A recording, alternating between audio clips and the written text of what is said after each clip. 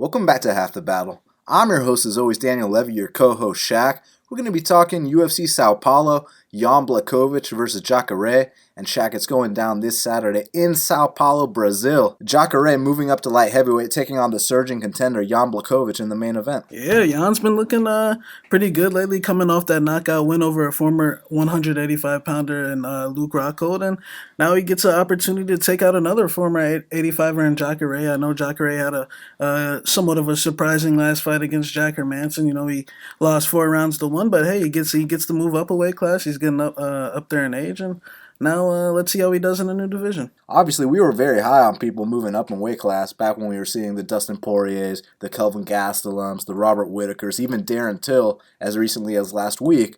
But in other cases, such as Chris Weidman, Luke Rockhold, like you alluded to, it hasn't been working out as well. So it's going to be really interesting to see which one of those two paths Garagorri goes in, moving up 20 pounds. Yeah, 100%. And he's still a legend, man. Still one of the best guys to ever do it at middleweight. And now he doesn't want to take that strain on his body. And now he wants to move up in weight. So I'm excited to see how it goes. And, you know, Shogun, my boy, he's fighting on the card as well. And let's see if Paul Craig can pull off another fluke. I mean, if you would have told me that Shogun is fighting Paul Craig a couple years ago, I would have laughed in your face. But now it's interesting because, we're going to get to this when we break down this fight, but one thing I really respect about Shogun is that, he doesn't have any false illusions. He's not, an egomaniac. He's out here and he's won 4 of his last 5 because he's taking the right fights these days. Unlike guys like Chris Weidman, who are still trying to, who's been knocked out in 5 of his last 6, but he's still trying to fight the number 1 contender every fight. Shogun, like you said, isn't an egomaniac. He's a legend, a class act, and got to be a future UFC Hall of Famer, right? Yeah, exactly. And then when you talk about Paul Craig, it's one of those things where, I mean, how can you keep counting this guy out? 1 second left in a fight, he'll tap out Ankalaev. He goes in there with Kennedy Nzechukwu, who has all the physical advantages, chokes him out with a minute left. Now he's coming off a knockout over a black belt. Actually, he tapped him out. Paul Craig is in prime position here for this co-main event. Paul Craig, he tends to shock a lot of people. I'm interested to see that with the step up in competition, how he does. And last but not least, the featured bout, Charles do Bronx Oliveira, the man with the most submissions in UFC history. He's taking on someone who has an incredible story and who's often counted out in Jared Gordon, a guy who's known for pushing the pace. It's going to be a hell of a fight in the featured bout. Yeah, 100%. Charles Oliveira is always action-packed, and Gordon always brings it as well, so I'm excited. Definitely. Well, before we break this card down, we got to give a quick shout-out to our sponsor, Flav CBD, the official CBD and THC sponsor of Half the Battle. Make sure you visit Flav CBD at flavcbd.com. Use that promo code BATTLE to save 10% off any purchase. And Shaq, let's get right down to business, because first up in the bantamweight division, we got Tracy Cortez, she's 6-1, and Vanessa Melo, she's 10-6. Currently, they got Tracy Cortez minus 220. The comeback on Vanessa Melo is plus 180. So a lot more faith in Tracy Cortez. She is the bright prospect here, coming off Dana White Tuesday Night Contender Series. Vanessa Melo stepped up on short notice to take on Ariane Aldana. Didn't go her way. Who gets it done here in Brazil? Cortez is moving up a weight class for this fight. She's usually a 125-pounder, so that's something you got to look out for. And Melo, yeah, she moved forward the entire time against Ariane, but she was kind of a punching bag. And to be honest, there's a chance that she might not be, I don't want to say deserving of a UFC shot, but she wouldn't have been in the UFC if Ariane's opponent didn't get injured. So Cortez is the better overall fighter with the wrestling. She's training at Neuroforce 1, Fight Ready, Henry Cejudo. And I think that Melo's a tough girl. I think she's got some size on Tracy, but I think Tracy's too fast, too sharp. And I think Melo is just a tough Brazilian fighter, but just gets hit too much. Doesn't really excel in any areas. Is where I think Cortez is young, getting better, and definitely has a skill set with the takedown. Tracy Cortez brings a lot to the table, especially in the grappling department. She's scrambling all over the place. She gets very dominant positions, and most importantly, she breaks other girls' wills. And with Vanessa Melo, she's very tough, but she has a style that you can game plan for easily. She just walks forward, eats punches, tries to give punches. I mean, mostly she's landing at the air.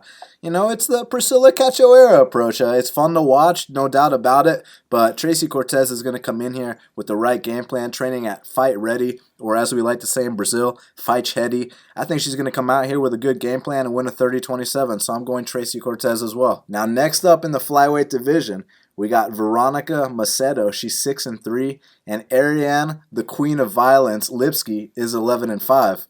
Currently, they got Ariane Lipski -115, and Veronica Macedo is -105. Well, Shaq, they call her the Queen of Violence. Might be more like the Queen of Fraudulence, but she's back in the favorite spot. There's a minus next to her name. Everyone that doesn't know should know that Shaq went out there and cashed a +245 on Molly McCann against Ariane Lipski. What do you think about this matchup here versus Macedo? Yeah, I mean, it's her comeback fight. Lipski, I've said in the past, I think she's more of a model than a fighter.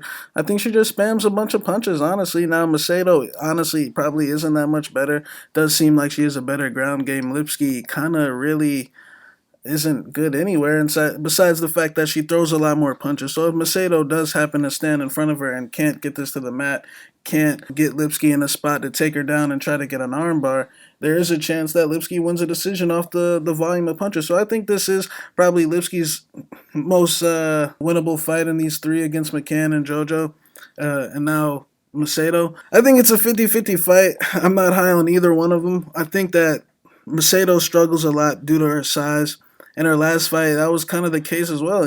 She got taken down. She got easily taken down again, has been the same issue. So I'm not fully convinced that she's really, making these improvements. I know Polyana Viana was a high prospect at once, but what was her UFC record? Exactly. I'm even though I think Lipski's a complete fraud, I actually think she might win this fight. So I'll take her for it by a split decision win. I think it's just going to be an ugly, ugly fight that if you bet either side, you're going to be very frustrated within those 15 minutes. Yeah, I mean, it's one of those things where I actually did sit down and watch a little bit of tape on it, and going into it, I wanted to make a case for Lipski just because we know about Macedo's history.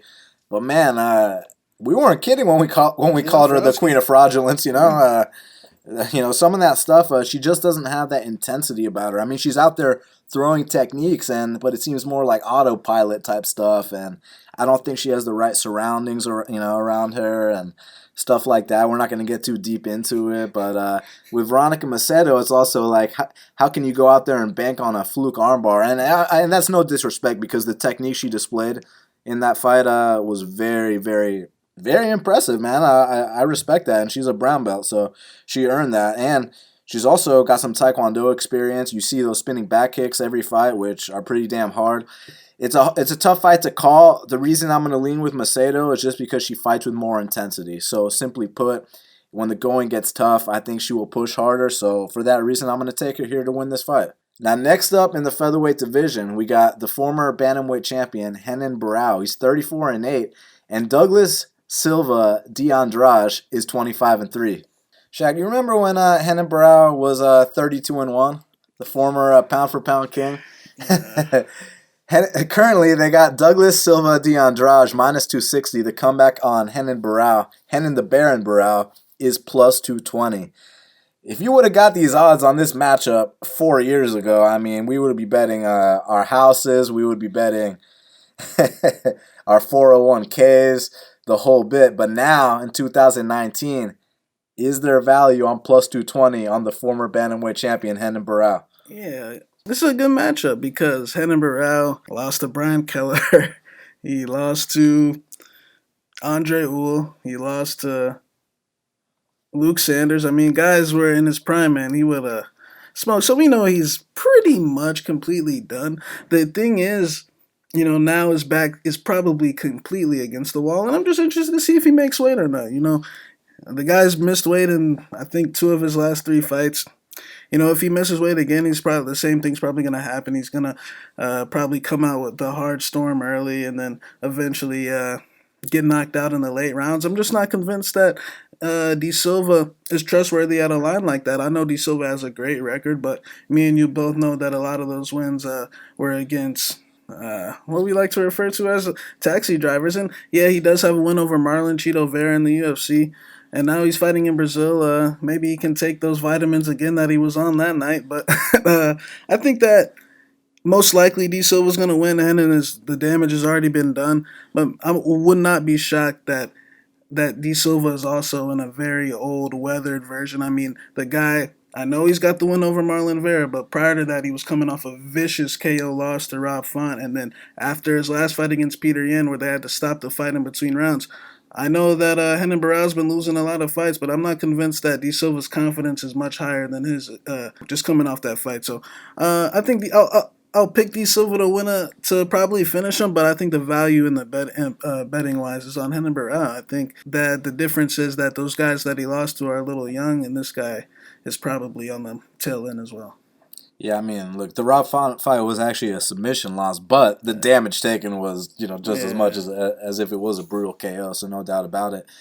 And, I mean, I hear what you're saying. It's not like Douglas D. Silva hasn't been out here taking hellacious beatings himself. It's not just Renan that's out here getting significant strike records set on his face by TJ. D. Silva only fights so frequently, The thing is, like you alluded to, if he's hitting up my boy Fred Flintstone on fight week, and we see that guy we saw against Chito Vera here against Renan Barao, I do think that he's going to come out here and make a statement against Renan Barao because, look, I got to give Renan a lot of credit. Obviously, you guys know I'm a longtime fan of his from back in the day, but most recently, since he's been on that skid, I thought he looked pretty damn good in that first round against Luke Sanders. Like, I gotta say, it's like, man, it's old Renan out there. A lot of like the Kelleher fight, the first round, the hard Jeremy fight.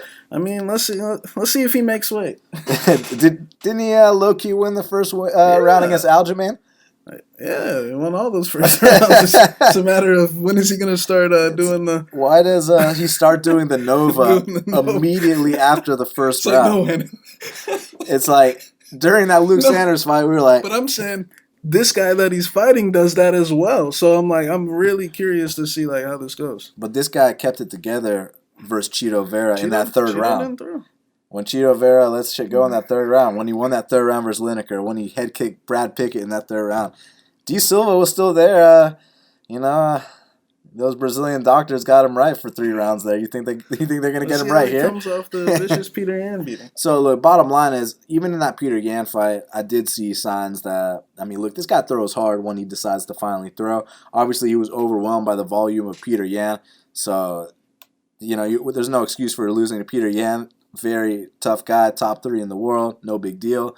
But here against Renan Barao, I do think that if he gets past this first round storm, he's going to take over and he's going to beat the former champion. So I will go with the favorite. I will go with Douglas D. Silva Andrade. Now, next up in the welterweight division, we got Warlley Alves. He's 13-3, and Randy Brown is 11-3. Currently, they got Warlley Alves minus 120. The comeback on Randy Brown is plus 100. Well, Shaq, 2 former prospects, 2 guys that people used to have a lot of high expectations for, but arguably are both coming off their best performances to date. So who do you think gets on a 2-fight win streak here? Warlley Alves, the only guy that ever beat Colby Covington, submitted him in the first round. If some of y'all haven't seen that, you got to go back and check that out. And Randy Brown, like you said, coming off the best performance of his career against Barberena. I feel like there's a chance that in both guys' last fight, they were fighting diminished versions of the other guy. Sergio was coming off that vicious calf kick beating to Tony Martin, and Tony Martin just brutally fucked up Ramazan Amiv's calves this past weekend. And Randy was fighting Barberena, Barberena was coming off that Vicente Luque fight, got viciously knocked out there. So I think that Warlley Alves is probably slightly overall better, but I feel like Randy Brown, if he keeps getting the confidence, if he keeps getting more comfortable in that UFC cage, that he's got a lot of great athletic tools to make up the ground and overall skill. I think that on the given day, these guys aren't too far apart. I agree with where the line is, give or take either side. So I don't think in the betting terms there's really much value on either side. I think it could go either way. I'll take Randy Brown. I think he's going to be more confident in this fight coming off that Barberena fight. And I've always said that if you make Warlley Alves work, that he'll get tired. And I think in this fight he's going to get tired. And the long, lengthy, rangy strikes of Randy Brown is going to really give him problems. I think if he starts moving it forward in this fight, that Warlley's going to do the same thing that he did against Krause. Flat-footed against the cage, taking a lot of shots. And Randy Brown's mistakes are just more so just mental, and Warlley definitely has the skills to put him in those. Warlley's a vet. Like I said, beat Colby Covington, Juban. I think it's a 50-50 fight, but I'll take Randy Brown. I think although he's a little, he's actually older than Warlley, I think he's a little fresher in terms of the overall damage. Great points you bring to the table. Amazing fight. Cannot wait to see what happens. Both guys have had a lot of high expectations, but both, you got to give them a lot of credit, man. The performances that they're coming off of after those last losses, these guys put their heads down, they grinded, and now you're seeing the best versions of themselves. And Randy Brown, when this man goes forward, it can be very scary. The knees, the straight punches, even on the ground, very effective there as well. And Warlley Alves, man, he learned from that James Krause fight. He comes back that next fight against Sergio, followed a game plan to a T, started using those calf kicks to a point. And then he went upstairs and got him out of there. And if there's one way to beat a tall man, you got to chop down that tree, Shaq. And I think that's exactly what Warlley Alves is going to do here. I think he's going to go back to the kicks that you saw in that last fight. I think he's going to chop down Randy Brown. It's going to be close at times, but I think that if it hits the scorecards, Warlley's going to get his arm raised in Brazil. But there's a chance there could be a finish here. Now, there could be a finish on either side because Randy could land one of those knees. You saw Warlley get rocked by James Krause.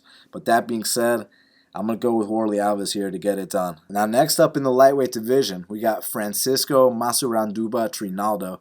He's 23-7, and Bobby Green is 24-9. Currently, they got Francisco Trinaldo minus 140. The comeback on Bobby Green is plus 120. Well, Shaq, two lightweight standouts that have been on the roster for a very long time. It's interesting that they haven't met up until now, but now they are going to meet. You know for a fact it's going to be an entertaining fight while it lasts.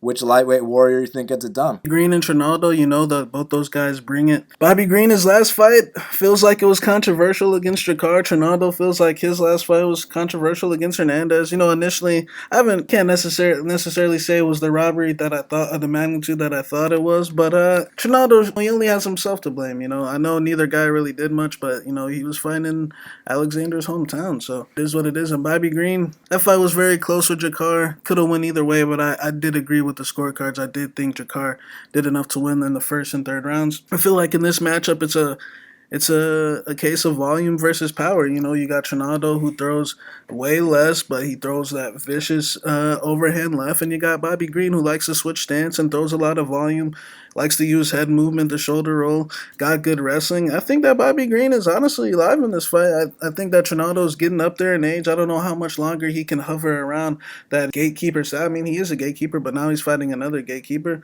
I think that Bobby Green might be a little bit hungrier coming into this spot. I know that he's been out for a while. He thought about retirement. I think he's really pissed about how the Jakar fight went. I think that he throws a lot more. I think that he can avoid that big power shot of Trinaldo, but it is a close fight. But I'll go with Bobby Green. I think he's going to throw more volume than Trinaldo, and I think that he's going to make him work, make him get tired. And Trinaldo just has been a little bit off to me in his last few fights. I know he's got the great record, but I feel like in a lot of his fights in the past he would have won those, and now I feel like he's starting to struggle. And I'm not sitting there trying to act like Bobby Green's doing much better, but man, in that Eric Koch fight, in those last two rounds, he put a pace on him. I think he can do something similar here.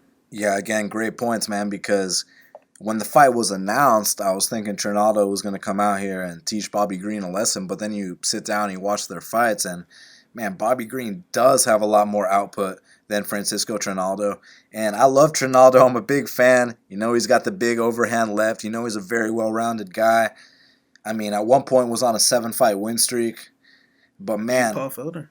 Yeah, finished Paul Felder. Yeah. Thing is, he is 40 years old. He might be 41 years old at this point, and it seems like the output is waning a little bit. And one thing about Bobby Green is, even though Bobby Green fights with his hands down, there is that chance that Trinaldo could land that overhand left. Bobby Green stays active the entire fight, man. He's throwing the entire time, and that could be enough with the judges. But at the same time, Trinaldo has been getting robbed, in his opinion, on a couple of these fights in Texas. Well, now he's in Brazil, so we'll see what the Brazilian judges have to say about it. Maybe they favor him even if it looks like Bobby Green won the fight. You know, maybe it's one of those situations. Maybe now he gets a bullshit decision in his favor. So, look, from a betting perspective, it's dog or pass because after analyzing the matchups, this is a very close fight, and Bobby Green definitely has a path to victory.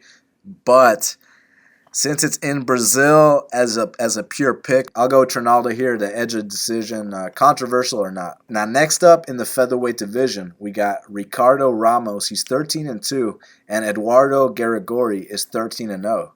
Currently, they got Ricardo Ramos minus 330. The comeback on Eduardo Garagorri is plus 270. So, Shaq, this is the featherweight debut of Ricardo Ramos. He was a very big bantamweight. Taking on Eduardo Garagorri, who was coming off that win against Bandai. Between you and me, this is Eduardo Garagorri's second real fight. You think he goes 2-0 or 1-1? This is a great matchup. Ricardo felt like the cut to bantamweight was a little bit too much. He's a young kid. I think he's 23, 24. So now he's moving up to 45. And Garagorri had a good showing against Bandai. Beat him in every round for the most part. Definitely got taken down a couple times. So I think that's where the matchup is gonna get interesting, because Ricardo Ramos does have good jiu-jitsu, probably a lot better jiu-jitsu than Bandai, and Garagorri did get his back taken in that fight. But hey, I'll tell you what, Garagorri, anytime they were out on the feet, man, he was throwing a lot of low kicks, a lot of hard body kicks, exploding with his hands, throwing multiple punches at once. So I think that this fight could play out a lot closer than the line. Ricardo Ramos, I think, is a very talented guy. His only UFC loss is to Saeed Nurmagomedov, who I think is one of the best prospects at bantamweight right now. So I think that Ricardo Ramos is moving up long term is definitely going to be good for him. I think he's got a lot of good overall skills, but I think Garagorri is a dog. And what I mean by that is I do have a feeling that if this becomes a dog fight, that Garagorri does have the possibility to possibly break Ramos. I know Ramos has a pattern of kind of sometimes in these third rounds getting a little tired. We know, remember in the Tanaka fight, remember in the Kyung Ho Kang fight. His last fight was only against Journey Newsom, who was a short notice replacement. So I wouldn't jump the whole Ricardo Ramos is, on his way to the top 15. I wouldn't go that far just yet. I think Garagorri is a very underrated guy that not too many people know about. Fights with a lot of passion. I think he's got all the possibilities for an upset, man. So I think it's a dog or pass situation. Yeah, I slightly lean Ramos. He's more experienced, been through a lot more things in the UFC. But I think Garagorri can pull off the upset here, man. But, I'll take Ramos, but by a close decision. Yeah, I mean, my biggest question is what happens if this hits the mat? You know what I mean? Is this a situation where Ramos takes his back one time and the fight's over shortly after? Or is this a spot where Garagorri can weather the early storm and put it on this kid late? Because I'll tell you what, in that debut with Eduardo Garagorri, I understand it's Humberto Bandai, but Eduardo was throwing some heat, man. And when he got in those bad spots on the ground, he stayed calm, he stayed composed, got back up to his feet. He wasn't trying to play jiu-jitsu off his back. He knew exactly what he had to do, push that head down, get his back to the fence, wall walk, get back up. So he knows what he's doing out there. And with Ricardo Ramos, we need to figure out if featherweight's the right move for him, or if, since the kid's young, what if he's kind of undisciplined with his diet, and that's why he was having trouble making 35s. We don't quite know the deal yet with that. So this fight's going to tell us a lot, man. I agree with Shaq in the sense that you do have to lean Ricardo Ramos, but is he the lock that, people are thinking he is in this spot? I don't necessarily think so. I could be wrong. Could take his back one time and choke him out. But I just have this feeling that Garagorri is a dog, and this is a dog or pass situation. So I'll lean Ramos as well, but if I were to bet this fight, it would be a shot on Garagorri. Now, next up in the welterweight division, we got Sergio Moraes. He's 14-5, and James Krause is 26-7. Currently, they got James Krause minus 185. The comeback on Sergio Moraes is plus 160. Well, you got black belt versus black belt, but obviously Serginho has the big credentials. And, man, I mean, two veterans of the game. Both guys have some big wins. Who do you think gets it done? Is the Brazilian's an underdog in Brazil here, Shaq? Over the years, I haven't really been too high on Krause until his last fight. His last fight, he looked really good. That was his first fight at 170. So maybe he's one of these guys that kind of, he is on a five or six fight winning streak, if I'm not mistaken. So, his other fights, the competition level really wasn't that high. Only Shane Campbell, Alex White, Tom Galicki. So I really wasn't taking him too seriously. But until he beat Warlley Alves and stopped him, I was like, man, Sergio Moraes, what can I say? His last two fights, he's been getting the calf kicked, and I'm assuming that James Krause and Mark Montoya watched his last two fights against Anthony Martin and Warlley Alves, and I'm assuming they're planning to throw the calf kick. Sergio hasn't been checking him, but overall, I think that I'm not 100% sure if Krause is gonna come with that game plan. And this fight is in Brazil. I feel like Sergio definitely has a firepower advantage with his power. Krause likes to use his overall skills to make guys work, and I don't know necessarily if that's going to work on a guy like Sergio. He likes to switch stance. In his last fight, I really didn't see too many calf kicks besides a couple. I feel like if he throws the calf kick, then the fight's going to be easy. But if he tries to use all his other skills, then possibly that this fight could be a little bit closer than people think. If you got Sergio at plus 185 where it was earlier, I mean, I'm not going to say it's a bad bet. I just think the condition that he's in is not good. He is 40. He's been mollywopped his last two fights. What about the Usman fight? What about the third round of the Means fight? What about, the guy's been taking the third round of the Otto fight. I mean, the guy's been taking a lot of damage. He's getting up there in age. So I wouldn't be surprised if Krause did clean up here and, made him get three in a row. So I'll pick him here. I think he slightly is the better overall fighter in better condition. But I'm not 100% sure that he's trustworthy at a line like this. Like me and you were talking about earlier in the week, this guy does have a life outside of fighting. I'm not saying he's 1 foot in and 1 foot out, but I just think that I'm not going to jump the gun on him at 170 completely. And I think this is a different matchup than Rocco Martin and Warlley Alves. Yeah, no doubt about it. It's a very interesting matchup for sure. And with James Krause, people are saying that Sergino's on his way out, but James Krause was talking retirement recently as well. So, both guys are kind of in the same boat. I do agree with Krause being favored just in the sense that he does have a style to go out there and beat Sergio Moraes, in the sense that if he goes out there with that volume, overwhelm him, not get caught with that big shot, not get taken down and submitted, easier said than done. He can go out there and win this fight. Or if he follows the blueprint which has been laid out in Sergio's last two fights with the calf kicks, the thing is we don't see Krause throw too many calf kicks. He's more of a front kick kind of guy. That being said, man, I have a feeling this fight is going to be really close. And with Sergio Moraes, it can look like he lost the fight, but when it's down there in Brazil, I thought he lost that Tim Means fight, and guess what? He won that Tim Means fight. I thought he lost that Luan Chagas fight, and guess what? It was a draw. So I'm probably going to think James Krause won this fight, and they're going to say Sergio Moraes by split decision. So I'm going with Sergio Moraes for the upset here. Now, next up in the middleweight division, we got Markus Maluco Perez. He's 11-2, and Wellington Turman is 15-3. Currently, they got Markus Perez minus 115. The comeback on Wellington Turman is minus 105. Well, Shaq, Markus Maluco opened minus 260. Currently, he's minus 115. So, needless to say, all the action's been coming in on the underdog Wellington Turman. He did go to a split decision with Carl Roberson. You think he's got enough to beat his fellow countrymen in Brazil? Wellington Turman is very good for his age. Maluco coming off the best performance of his career against Anthony Hernandez. I mean, that was by far the best he's ever looked, his best performance. So I feel like both guys are getting better for sure, especially a kid like Wellington being that young. He might come back this time a completely different version, but we know that Maluco is a little undersized for the weight class, but Maluco's an intense guy, and I feel like he could possibly be getting more comfortable inside that octagon, might be getting more confident. I like the stare down that these two guys had earlier today. I feel like Wellington Turman, very talented kid, bright future.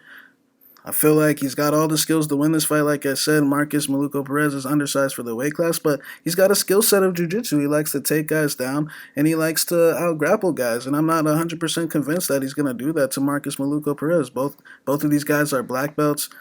Let's see if it's a stand-up war. I feel like Maluco does get pushed back a lot, but he throws that left kick, and I'm just sometimes in where these guys go to a split decision with a relatively, or have a good performance against a guy that we all know in their debuts, but they're really young, and people expect them to come back again and perform in their second fights on on the same level. But sometimes these kids are a little bit green and young, and sometimes they're not fully trustworthy. Sometimes they go out there and pull stunts out here against these more experienced guys. So I think Marcus Maluka opened minus 260 for some underlying reason. I think that he's more experienced. I think he's getting more comfortable in that cage. Not saying that Wellington Turman can't win, but I think Marcus Maluka is going to be a better version of himself. And I think that he's going to just outwit him in certain spots and just be the vet here and get his third UFC win.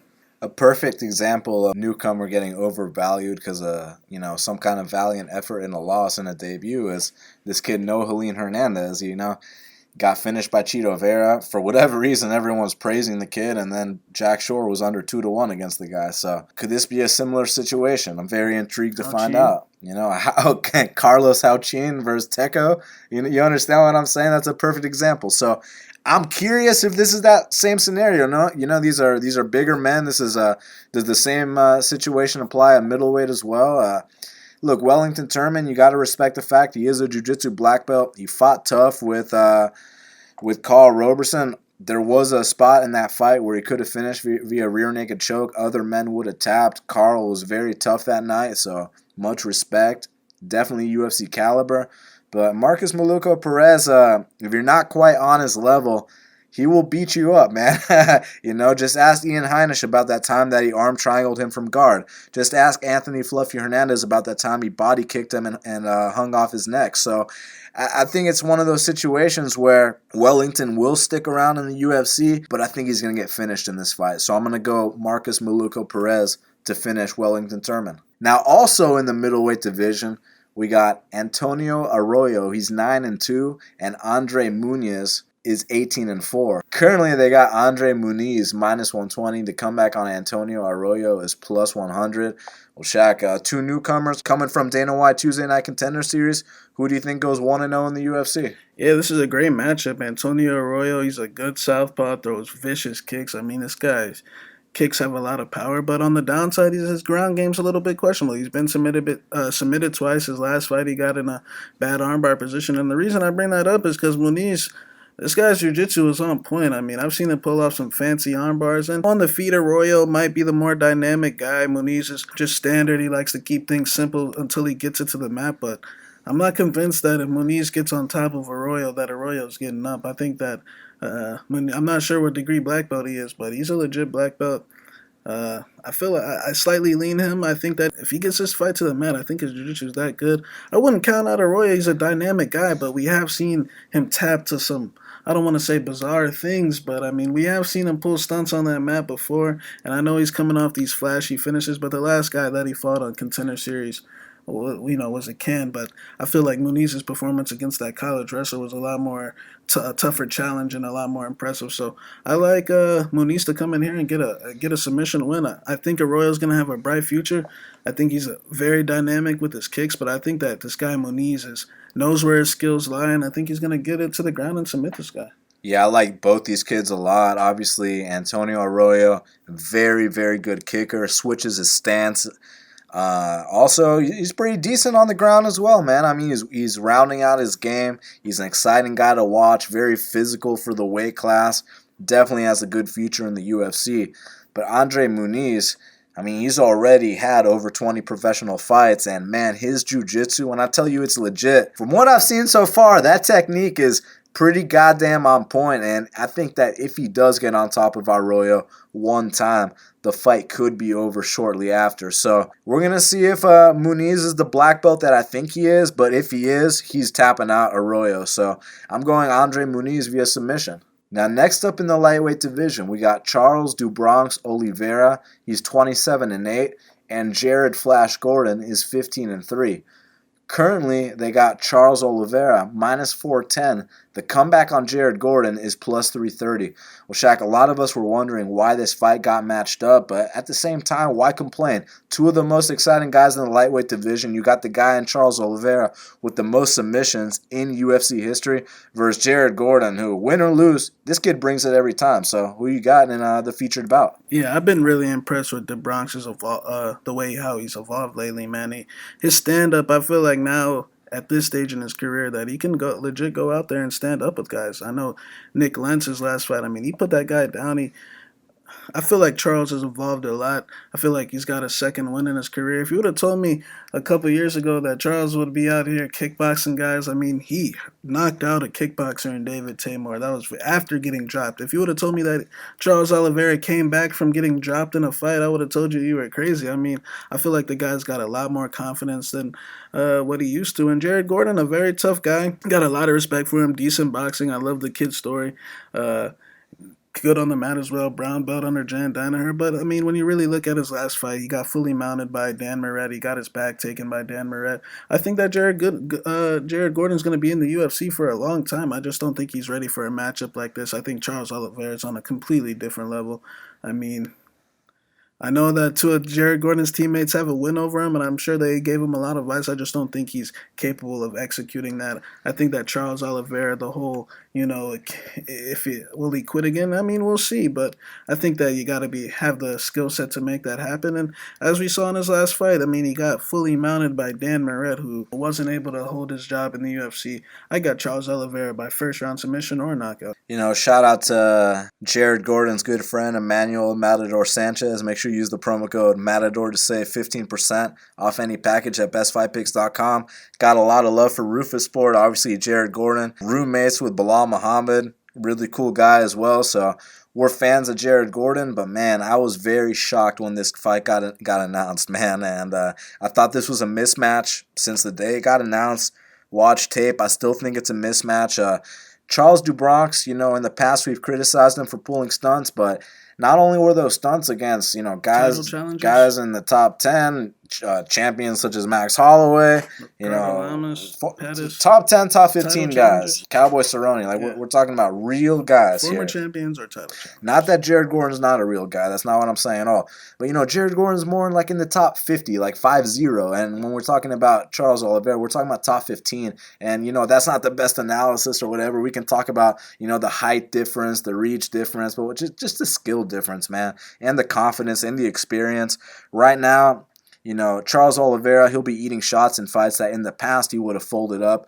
Now he's walking through it, coming back after big eye pokes where he's gouged, deep into that socket, fights where he's dropped, and he's coming back and still finishing guys. So that to me is not just the evolution in his skill set, but a huge evolution in his mental, man. His confidence is on a level that it hasn't been before, and that's why he's performing the way he is. That's why he's a top 15 guy right now. And I remember when I suggested that he should fight Gregor Gillespie, and everyone laughed at me like, oh, do you want to get Charles killed? I doubt you guys are laughing now. You know what I'm saying? Do you want to get Gregor killed? That's the real question, but no, we don't want to get no one killed. So I just think Charles Oliveira is going to head kick Jared Gordon, and then he's going to try to go for a takedown, and then he's going to get guillotined. So I'm going with Charles DuBronx Oliveira via finish in this fight. Co-main event of the evening in the light heavyweight division, we got Mauricio Shogun Rua, or as we like to say in Brazil, Shaq, Mauricio Shogun. He's 26-11, and Paul Craig is 12-4. Currently, they got Mauricio Shogun minus 280. The comeback on Paul Craig is plus 240. Well, this is a fight we probably thought we'd never see, but now we're seeing it. I mean, has Paul Craig caught up to the point where he can beat a legend like Shogun? I think that Paul Craig is a very good fighter. Like you said, the win over Ankalaev, Kennedy, integral fights where a lot of people thought he was a goner. He was the underdog. Is that Robert Hale? What's good, bro? What's up? What up, bro? What's good, bro? What's up, bro? You know about Shogun and Paul Craig? Oh, you talking about the Paul Craig that be coming back out of the blue out of everybody and shit. Yeah. That's funny. I don't know how he be. You think Joe Selecki's going to win a UFC fight? No. He's gonna lose too. You think he's going to do what JSP did? Yeah. It's going to be worse, though. It's gonna be like, damn, I feel bad for him. JSP was like, yeah, he deserved that ass whooping. Joe Selecki, everybody going to be like, he's my hero. He's the hero of South Carolina. But everybody don't know that Joe Selecki is a future. So you said for facts he turned you down? For fact, 100%. Twice. On the record? On the record. On the record. Facts he turned you down. Yeah. We supposed to fight for CFFC. Joe Selecki turned out Robert Hill. You heard it here first, right here, right now on Half the Battle. The kid that's fighting Matt Wyman. So we got to break down 2 more fights. He's fighting Matt Wyman? Yeah, Joe Selecki's fighting Matt Wyman. Y'all should bet your money on He's going to be a big underdog. real? But the thing is, he was coming off a 5-year layoff his fight before that. Yeah, I got you. Bring that over here. Bro, I'm telling you. You need to put your money on. So you saying Joe Selecki's gonna? My boy Robert Hill saying Matt Wyman's going to beat Joe Selecki. Oh, most definitely. Joe Selecki, I hope you listen. Come see me. Please. Y'all, I can't believe, like, so y'all don't want to have a battle right now? Yeah. Like, really? Yeah. Half the battle. Shout out to Daniel. Shout out to Shaq. You only get it one place. So we got to talk about this Mauricio Shogun versus Paul Craig fight. So obviously it's a fight that we never thought we'd see, a fight between Mauricio Shogun versus Paul Craig. But here it's happening. You think Paul Craig is caught up to fight a legend like Shogun? To be honest, not really. I think that Paul Craig's an exciting fighter. He beat Ankalaev, beat Kennedy, Njoku. And, but then we saw what happened when he fought a real heavy hitter named Alonzo Menafield. He got knocked out in the first round. And I still feel like Shogun packs that type of power. The issue with Shogun is he does get wobbled every fight. He does get rocked every fight. So you got to be careful of that when you talk about that minus 280 line. But Paul Craig, I think the only way he wins this fight is by a fluke KO. I don't think it's going to happen. I think Shogun's going to get a first-round knockout in front of his Brazilian fans. Paul Craig's one of these guys that you keep wondering, when's this guy going to stop getting these come-from-behind finishes? I mean, against Ankalaev, against Kennedy and Nzechuku, both of them with 1 minute left in the third round. So it's unbelievable how he does it. And if he does it again, I'm not going to be surprised because that would be the third time that he's done it. And with Shogun, he's a legend in the sport, one of my all-time favorite fighters, and I expect him to win this fight. But little things have been happening in his fights here and there. Against Tyson Pedro, that headbutt wobbled him really badly. Little things could happen here with a guy like Paul Craig. So I'm not counting him out completely, but do I think he's going to come out here and beat Mauricio Shogun Rua in Brazil? No, I do not. I think he's going to get knocked out in the first round. So I'm going Mauricio Shogun via vicious knockout. Robert Hale, who you got, Shogun or Paul Craig? I got Paul Craig just because he comes back and does the most outrageous things, and like those two fights that I did count him out on, surprised the hell out of me. So I'm gonna go with Paul Craig, but don't be surprised if he actually gets Shogun out of there because Shogun is battle tested and battle worn. Well, I mean, when Paul Craig wins, he wins by finish. He has a 100% finish rate. Oh, really? In his fights in general, he either wins by finish or he gets finished. Somebody gonna get finished. Yeah. It's most likely gonna be the one who gets cut. Well, you can blow wind and Mauricio. Yeah.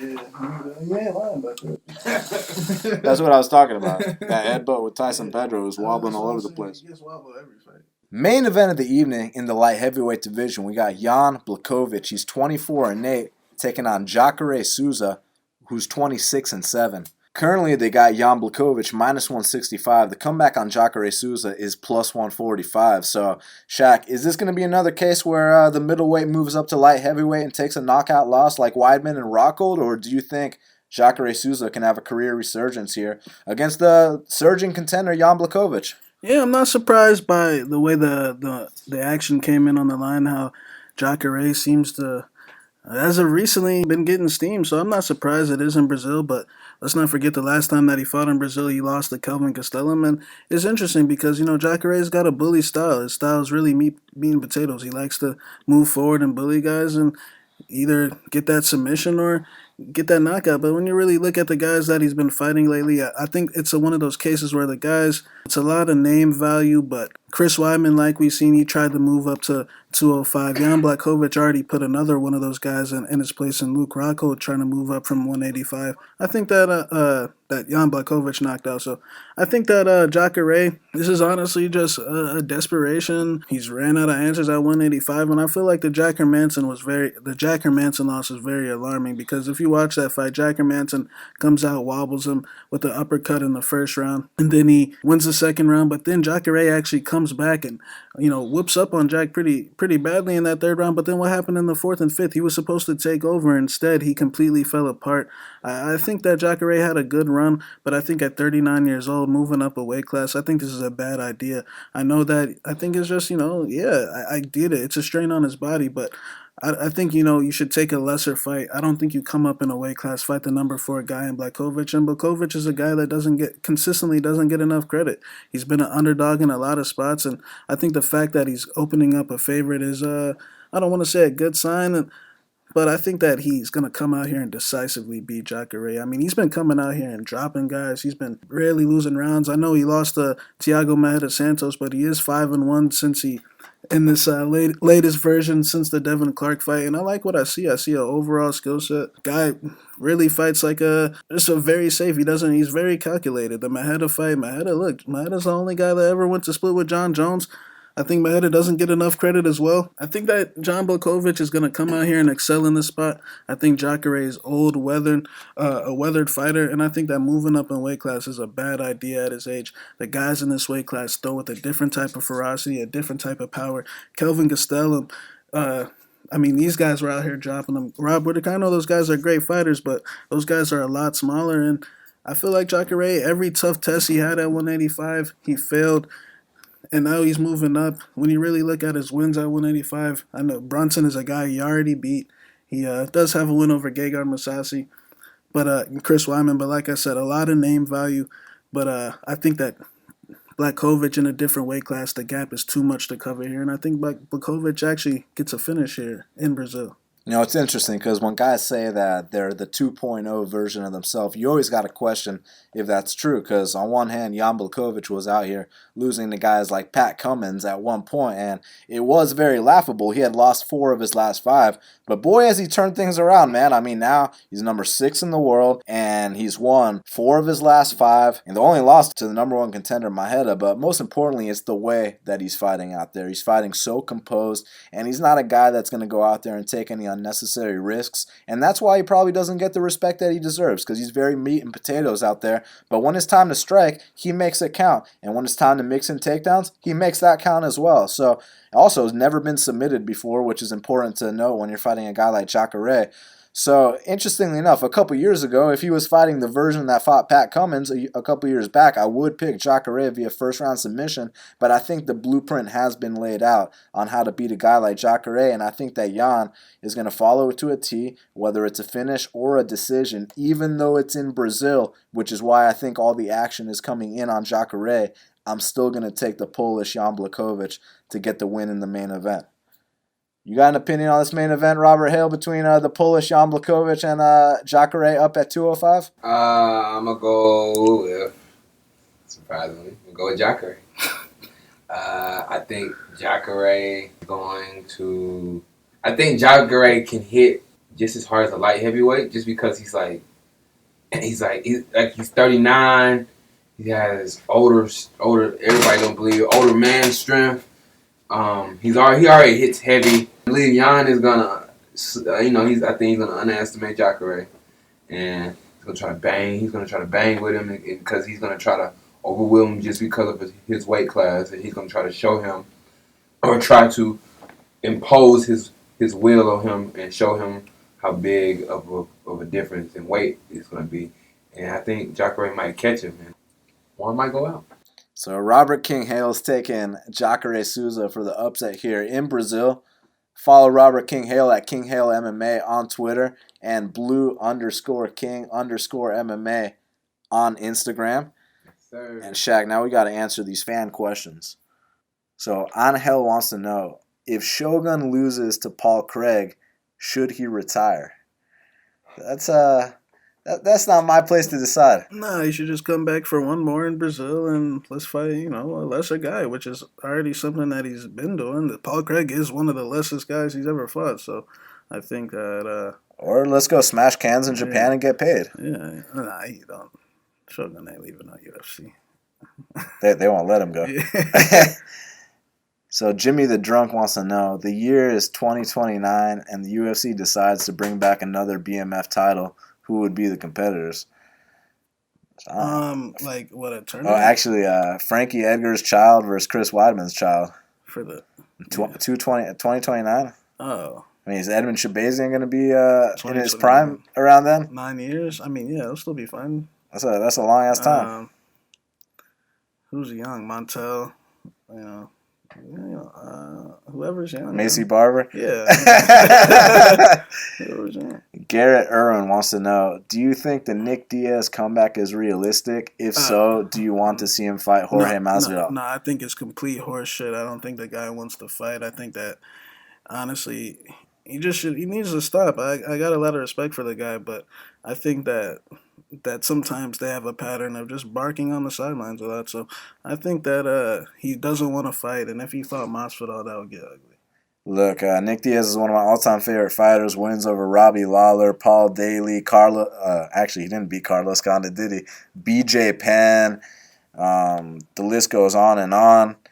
But at the end of the day, man, when I heard that last interview, it was very uncomfortable to watch. But at the same time, what should Nick Diaz be doing? You know, he's a fighter through and through. So, you know, if you take fighting away from him, he's going to go crazy, as you saw in this 5-year layoff. So I don't know, man. But Jorge Masvidal would absolutely mop the floor with him. So not necessarily that fight, but, you know, let him beat up on someone. You know, bring Melvin Guillard back for a one-off.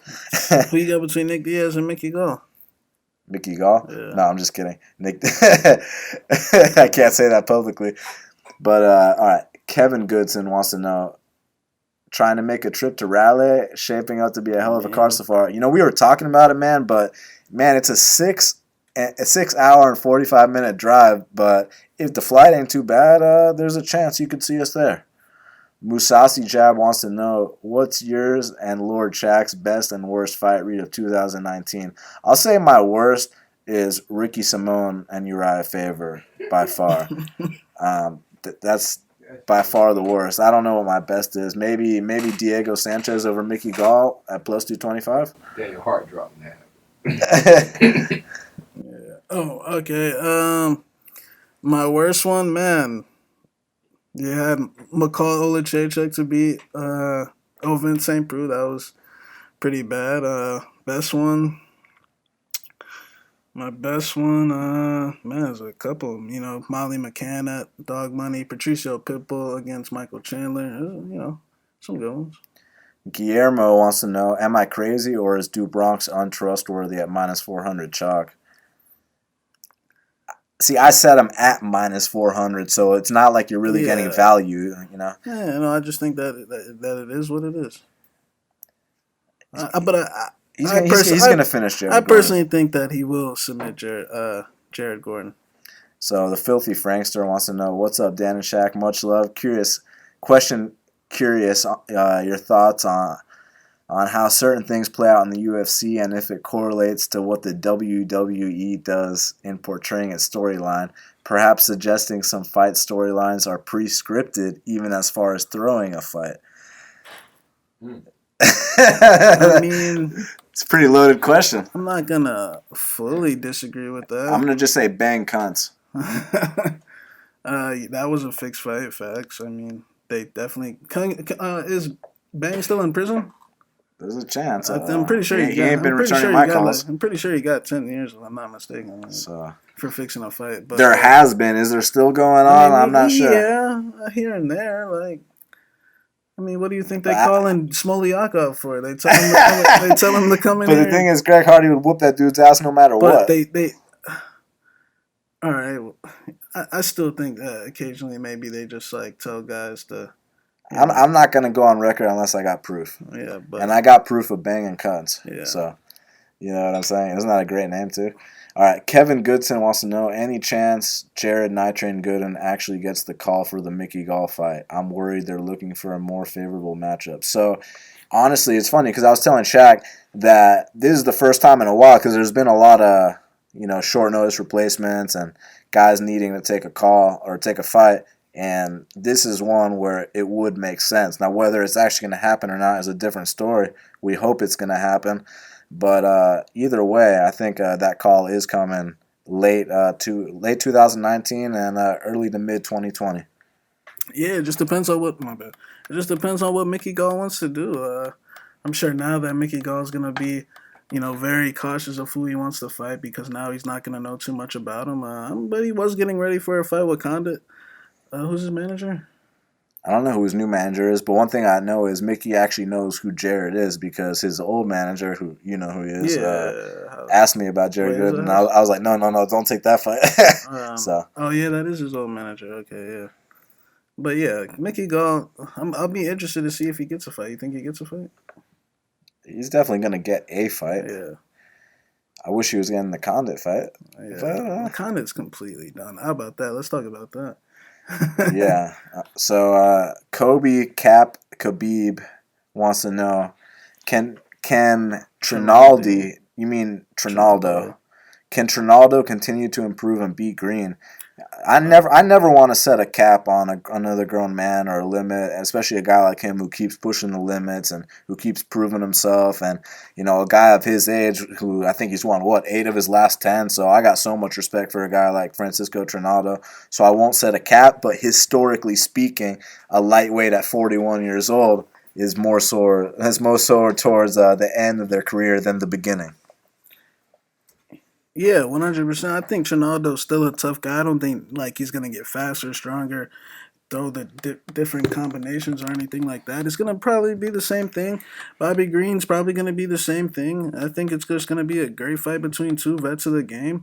So no, I don't really think either guy's gonna improve much. I think it's just gonna come down to who's in better shape, who throws more, and we'll see what happens. Trev wants to know who's the one fighter you can pick against the most confidently.